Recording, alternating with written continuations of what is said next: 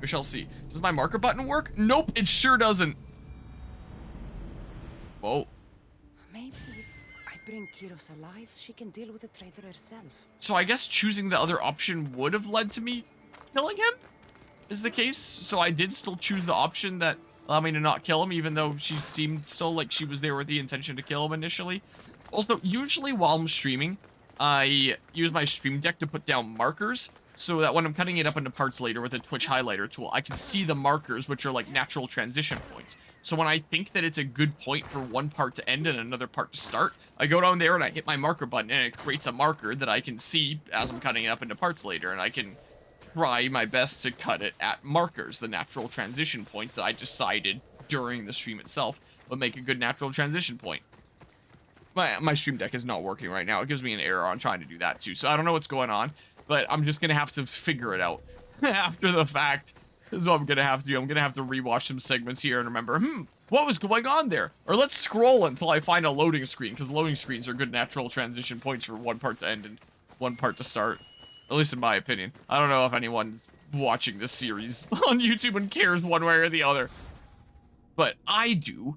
Tributes to Persephone. Destroy Marble Maiden tributes to decrease Persephone's control of Elysium. Doing so will allow you to absorb the power contained inside them. I thought I was doing something like this. And this was not the place that I was looking for.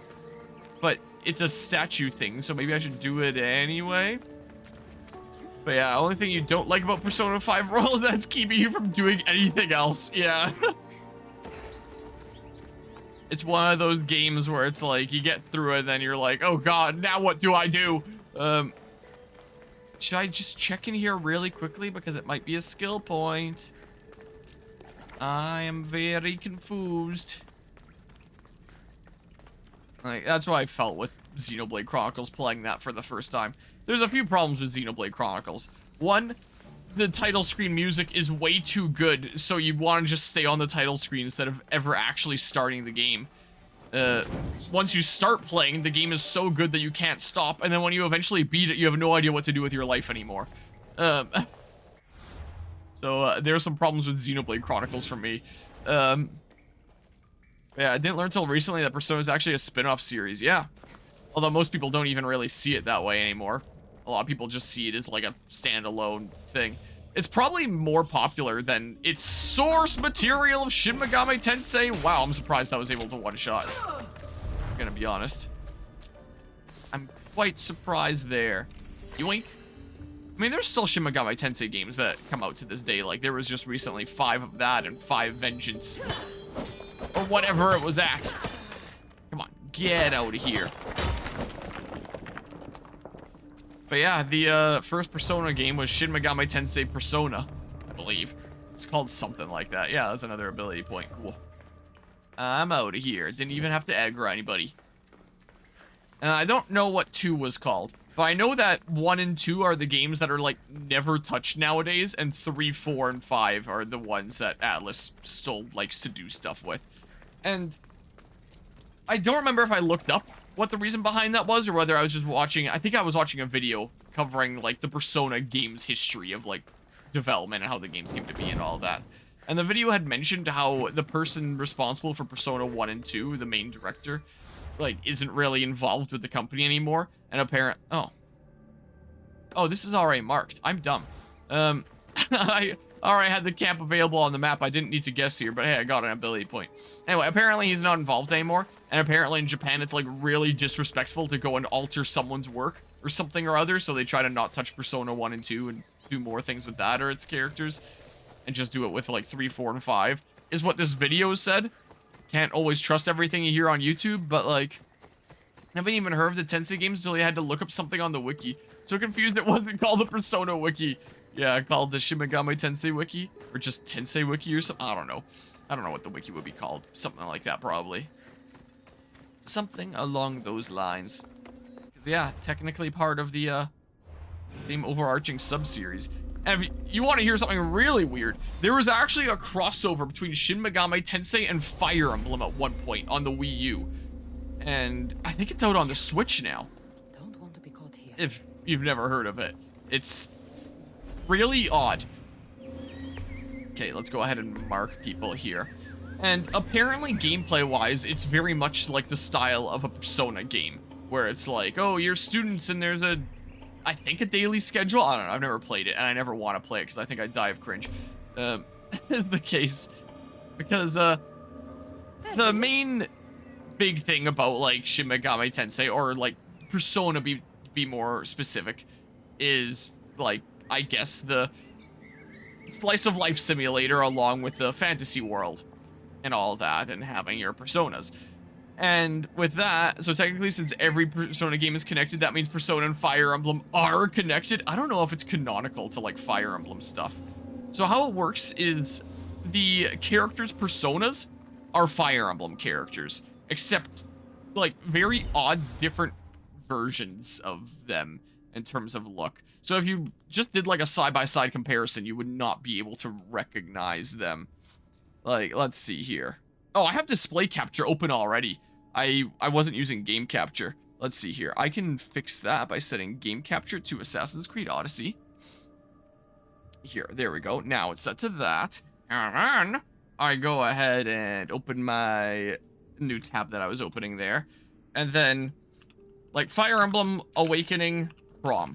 Like, if you just look at what he normally looks like, this is what he looks like. That's Chrom. That's the Ultra Combo. But then if you look up, what was it called again? I think it's just Shin Megami Tensei #FE. Tensei X Fire Emblem. I think it's called #FE. Chrom. Then he looks like this. Like, that isn't even the same sword anymore, I don't think. Like, his sword is one of his main parts, the falchion, and it's shaped like that. And he looks like this. And there's a whole bunch of characters that look like that, where they're just, like, near indistinguishable compared to their original characters, and it seems very odd. I don't remember what Fire Emblem mechanics it has in it. I think that there's, like, a weapon triangle for, like, a Fire Emblem thing, and then there's Fire Emblem Personas, but apart from that, there's not really anything distinctly Fire Emblem-like. Like, they are cool designs, but they're not as recognizable as, like, the original characters, but I will admit they do look cool. But anyway, there's not really all that much Fire Emblem-like in it, as far as I'm aware. And then, apparently it's more Persona-like than Shin Megami Tensei-like, except it's... how best to describe it? The Persona games try to have, like, a pretty serious undertone, even if they're pretty goofy at times. Try to typically be dealing with a bit more serious themes. Shin Megami Tensei #Persona, or whatever the heck it's called, is J-pop based. It's all about these high schoolers that are, like, J-pop idols, and, like, go and perform, and it's... how the heck do I... like, and I've now played a decent bit of Persona on the channel, and I've played a lot of Fire Emblem on the channel. So just at, like, face value, it sounds like the kind of thing that I want to play. Of, you know, a crossover between these two series. But then you look at the trailers, and it's like, I think I would genuinely die of cringe if I tried streaming that. Like, if anyone that I ever knew in real life dipped into my stream, I think I would just immediately die of embarrassment for, like, playing such a thing. Let's see here. FE trailer. So I don't think this game performed very well, because the whole aesthetic is not something that would appeal to either fan base. Like, it's a lesson in how to appeal to neither fan base. And when they first revealed it, I think this was the first reveal trailer, they were like, hey, look, here's a whole bunch of characters from this series that you like. Whoa, Shin Megami Tensei. And here's a whole bunch of characters from Fire Emblem that you like.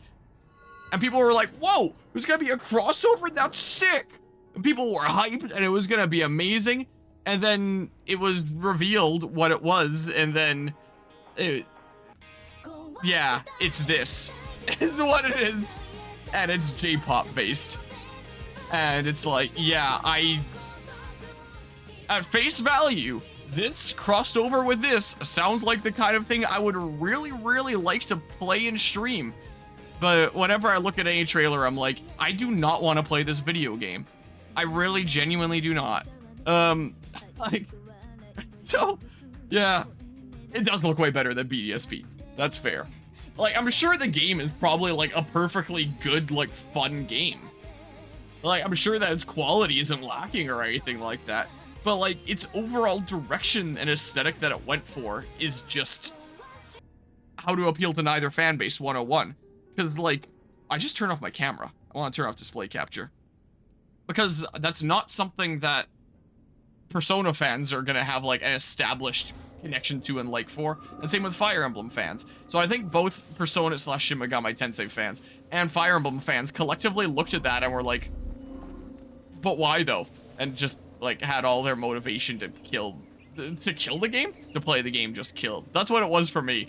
When I first heard that crossover was happening, at the time I had never played a Shin Megami Tensei game, but I was like, oh, that sounds like it'd be pretty cool. I like a lot of Fire Emblem stuff, and I'm willing to give Shin Megami Tensei a try. I've heard good things about it.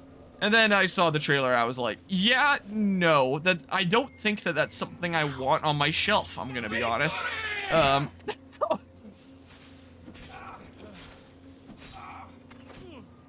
I just, like, I don't know, do that? Here, can I now do that? Here we go. And then... Ah! I don't think I actually killed that guy. I mean, we'll see if I did. I sure didn't. Wait, that's someone else. Oh, that's the statues that I now aggroed. Oh my god. Hold on, give me a second here. What do you think would be the ideal Persona crossover? Like, gameplay-wise, or in terms of, like, IP? Because I think Persona and Fire Emblem is, like, just a clear recipe for success. How do you mess that up? And then they messed it up. From what accounts I've heard, people who have played the game, well, I think have said that it is, like, a good quality, enjoyable game. But again, it's not a Shin Megami Tensei game, and it's not a Fire Emblem game. I don't know who the heck they were trying to appeal to with it. It's an attempted crossover that's not a crossover. So I think if they did it in a different way, Shin Megami Tensei or Persona would actually be like a sick crossover. I think that would be amazing. Dang it. Hold on. Here, can I knock this guy off here? That'd be amazing. Get him out of here. Dang it. Okay, come on. Dang it, I thought that if they were right next to the ledge, I could do the thing to them. Here, give me a hot second. I think that would be really cool. And both would kind of work well together as, like, sort of strategy games. Would you classify Persona as a strategy game? No. I know his health was low, but it was so tempting to just... I pressed the button for... Oh, they blocked my ability. That's why it didn't work. That would explain it. That would explain why I couldn't do the thing, because the ability suppressing butterflies were on me. Oh my god. Oh my god. Oh my god. This is not great. Dang it.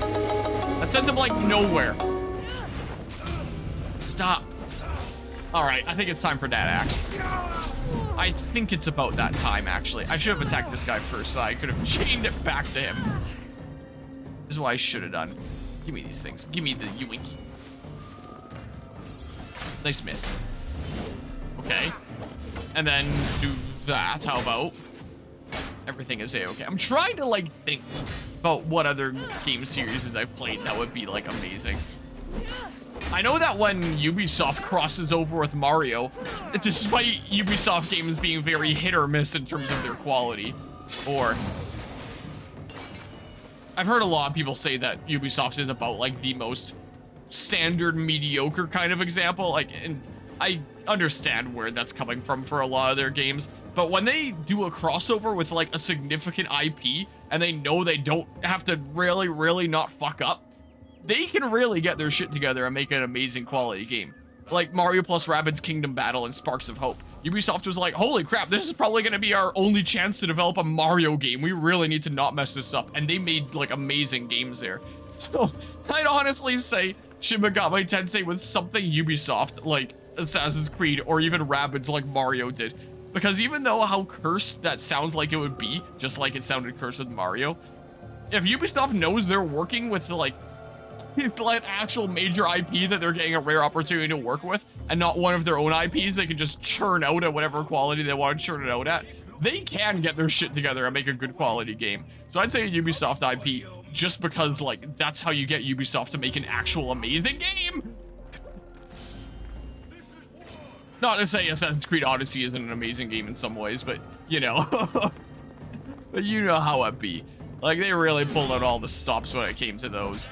Like, just look at the composers on Mario plus Rabbids Sparks of Hope. They got 3 legendary composers to work together on that game. Like, what? It's amazing. Hello. Drew Lancer. Horgus of a dogfish is attached by a scrungle to a sort of dill sack. Favorite Wikipedia text. I think that's Wikipedia text, right? On whatever that creature is that I forget the name of, because I think I've seen that as like a post at one place before. It sounds faintly familiar here. Whoa.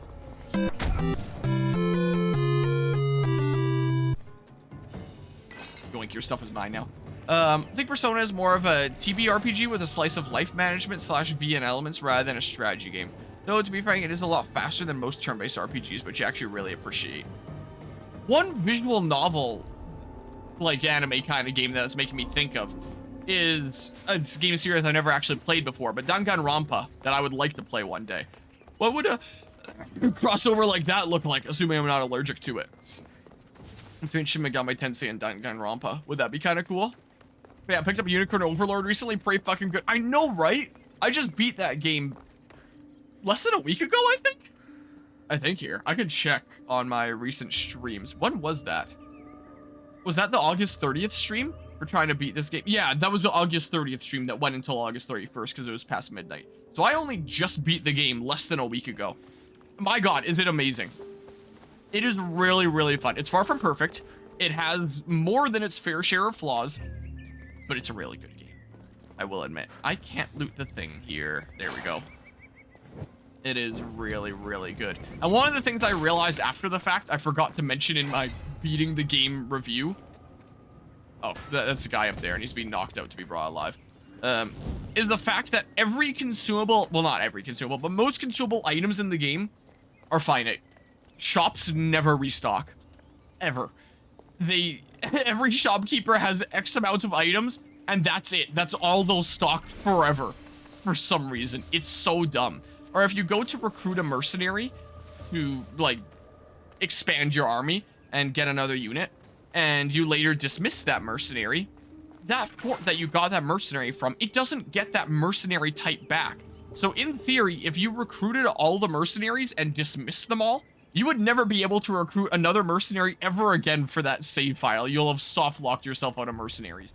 So anything like that's an item in a store or a mercenary, they're finite. And it's like, what the heck? Whose decision was this? Do they not know how economics works? Persona X Pokemon or Digimon, because you want a good Digimon game crossover, you need it now. That'd be pretty good. Thinking about Danganronpa is like, think it might work depending on how they spin it. Hesitant to say it would be good because of how odd Danganronpa is. Yeah, that's what I've heard. Is that it's a pretty odd game series. Let's see here. Here, let's grab that. Boopity bop.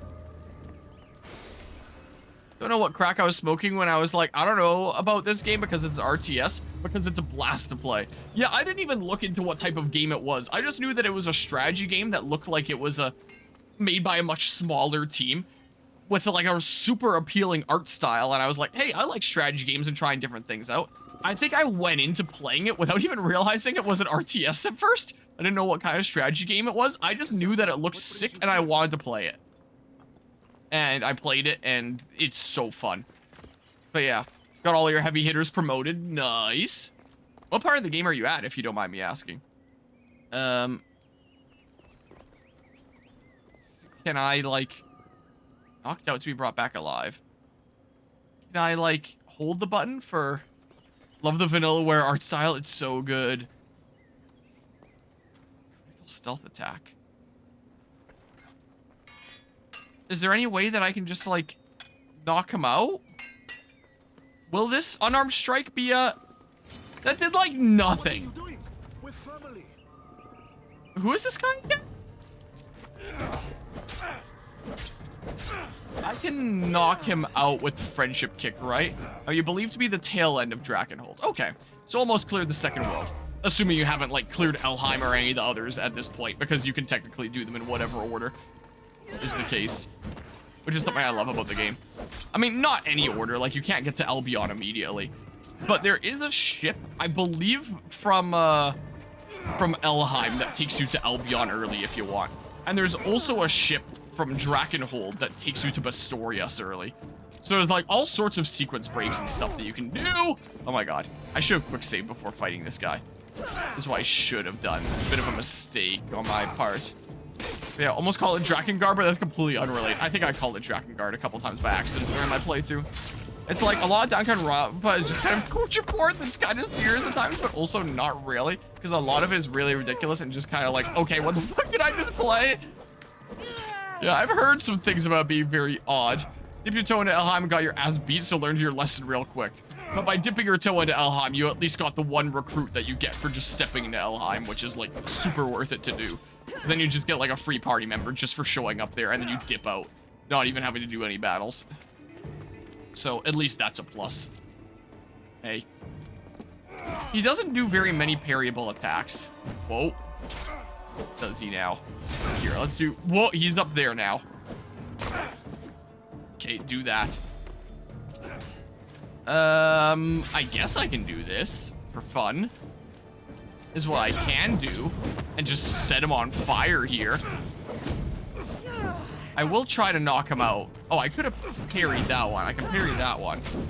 That's what I can do. Rampa is from what you understand. Phoenix right beats Saw. Actually, wait, where's my glasses? Actually, it's Ace Attorney. Actually. Whoa. Hello, hello, Guzma. I see you've discovered one of the new emotes. I'm taking these things off. How's it going today? Whoa. Oh. Oh, I popped that a little early. I should use my other thing first, my hero strike. Oh, well. Oh, well. What's up? Not much. Just big chillin' here. How am I on fire now? I set him on fire, and then that set me on fire. Ow. Here, just set him on fire again. Is what I better do. Will it be a better end if I bring him back alive? I would assume so. So I'll... What did I just send him into the air? So I'll try to friendship kick him at the end. Yeah, is that the Minecraft movie green screen background right there? No. Okay, do this for a whole bunch of slashes. Is what I better do. Imagine that knocked him off. That would have been embarrassing. Okay, let's stab him a whole bunch of times here. Yeah, there was that. I was briefly mentioning that earlier in the stream. And just like, how the heck did that come out just a week after the trailer for the Sonic 3 movie? The Sonic movie 3? Well, how would I refer to it? Anyway, I'm not even a Sonic fan, but I've watched Sonic 1 and 2. And they're not half bad movies. They're enjoyable. The animation is good. Like, they're not masterpieces by any means, but I'd say that they're pretty alright. And looking at the Sonic movie 3 trailer, with someone with, like, no attachment to Sonic, I've never beaten a Sonic game in my life. I want to see that movie. Like, I genuinely do. And then I look at the Minecraft movie trailer, I'm like, oh, God, I'll watch this if there's someone I can watch it with ironically. If there's someone I can watch it with ironically, then I'll watch it. Otherwise, I don't see it happening. So, yeah. Sonic 3 movie looks so fucking good as a Sonic fan. And I'm usually not that big of a fan of just like high-profile celebrities being cast in movies just for the fact that they can attach like a big-name celebrity onto an IP and try to get more asses and seats that way. But Keanu Reeves in Shadow? Like, come on, that's pretty good. And you gotta love how Keanu Reeves just plays roles that he genuinely enjoys playing. Like that time they played in one of the SpongeBob movies. And I heard that apparently he turned down a role in Star Wars in The Acolyte Though what I read was that it was due to scheduling conflicts, but I've seen a lot of people online saying that, like, he turned down the opportunity to play a Master Jedi, but he took up the opportunity to play a Hedgehog. Like, I honestly love Keanu Reeves. Every time I hear about him, he sounds like a great guy. And yeah, he really did dodge a bullet there. I've not seen the Minecraft movie trailer. All you saw was that screaming pink sheep thumbnail. I've seen people edit that with a... Oh, what's his name? Joel in Last of Us Part 1 and The Mandalorian. Him, I should know his name, the actor. Oh, God, but him. I've seen people show, like, clips of the sheep immediately cutting to him shooting. Which I find kind of funny. But yeah, let's see here. Is that even background or is it all open world stuff? Yep, open world stuff here. But yeah, it's, still haven't seen Sonic the second one. Saw the first one right before the Heineken disease happened. I saw the second one on a plane, is where I saw it. I saw it as like an in-flight movie. And I have a decent bit of social anxiety, so part of me was a little bit embarrassed to put on this Sonic movie 2, with there's people like sitting behind me and potentially staring through the seats and being like, who is this grown-ass man watching the Sonic movie 2?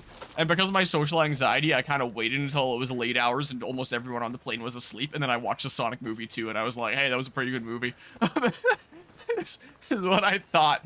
But yeah, gonna go back to Persona, let your phone charge. This is almost dead when joined on computer, but like, also Persona, you don't want the audio to overlap. Fair enough, might come back here in a bit if you can, so bye for now. Okie doke, appreciate you stopping by, Delta thing. Enjoy the rest of the Personaing in the land of not Shin Megami Tensei hashtag FE Encore, whatever the heck this stuff is called. Kyros of Zarax? This isn't who I asked for. He's a spy. Yeah, well, this is who you're gonna get.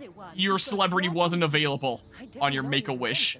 I trusted you. Guards. Okay, she was not very impressed. Hermes is right. Trouble's brewing in Elysium. Even though I'm sorry, that got kind of dark. You are much stronger than he is. But Kyros was an enemy you couldn't see. That made him far more dangerous to you and Elysium. But he's still breathing. Well, then kill him. Traitors don't deserve. Oh. I thought you'd want to deal with him yourself. Defying me comes at a cost. Our deal is off. But for bringing me this vile deceiver, you may stay. Figure out that mysterious little staff of yours. If you're telling me to go jack off, I mean, that... Okay. Alright. Go figure out that mysterious little staff of yours. Sorry. But yeah. The beacons are lit. And that's what it was called. It was called Tokyo Mirage Sessions. We were chatting about it a decent bit earlier this stream before you got here, Lancer, and I forgot what it was called. I just kept calling it Shin Megami Tensei hashtag FE, because I just genuinely did not remember what it was called. Wait, is there a faster place that I can travel to? And then, not really. So, yeah, there's that. We can go talk to Adonis here in a hot second. While I'm running over, one thing that I want to mention is the next video essay project is nearly done. I've been working on the Scarlet and Violet DLC video essay since December of last year. It is currently the beginning of September. Why can't I climb this?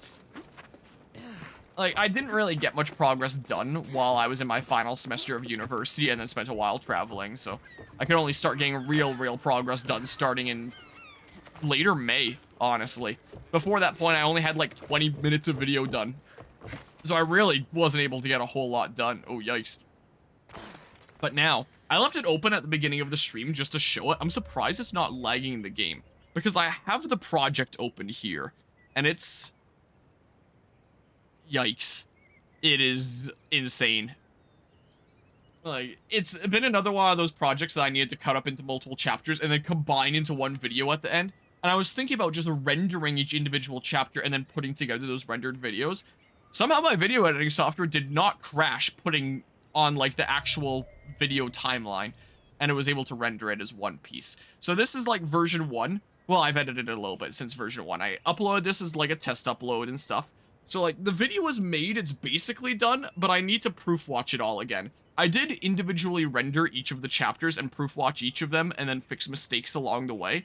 And just scanning through, I noticed that there's still some little mistakes here and there. So now that it's rendered as one video, I gotta proof watch it again, make any other little changes, re-render it, which takes a decent while, and then upload it, sort out any copyright issues that I get with the living in the sunlight, loving in the moonlight of the living in the scarlet, loving in the violet intro here that I have.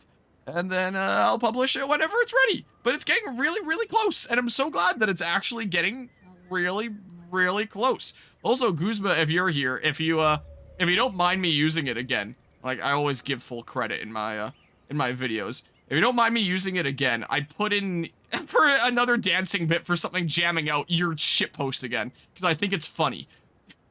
And I think it works well here, and I just could not help myself in some of the dancing bits. Yeah. So yeah, there's this was a little addition that I made to the soundtrack chapter literally yesterday. That I was like, wait, why don't I have anyone dancing? So I started adding this yesterday. I was like, I gotta add more people dancing. So I might make some more edits and stuff too. Is what I might just do, because I don't think I have enough people dancing in the soundtrack chapter. It's just during this section I have it right now. So like, I gotta add more. But trouble is, I used so many during the Scarlet and Violet main game essay that I have to find new ones. I can't just reuse the same ones. So I've been trying to like get creative and find new ones. I'm using your video at like a different point than I did before. So like, yeah, there's that. Anyway, that's neither here nor there. But I'm honestly surprised that having this project open isn't like completely lagging my computer. So, yeah, I guess it's all A-okay. Display capture. So, yeah, anyway. If anyone like has any ideas about like good dancing clips, let me know, and then I can maybe shoehorn them in. Maybe what I can do to some of the other themes that are slappers. Didn't show the ending clip? I showed that during the main game Scarlet and Violet essay, with them going up the altar and like Lunala spazzing out. I already did that during the main game essay, so I'm doing something different this time. Now it's earlier.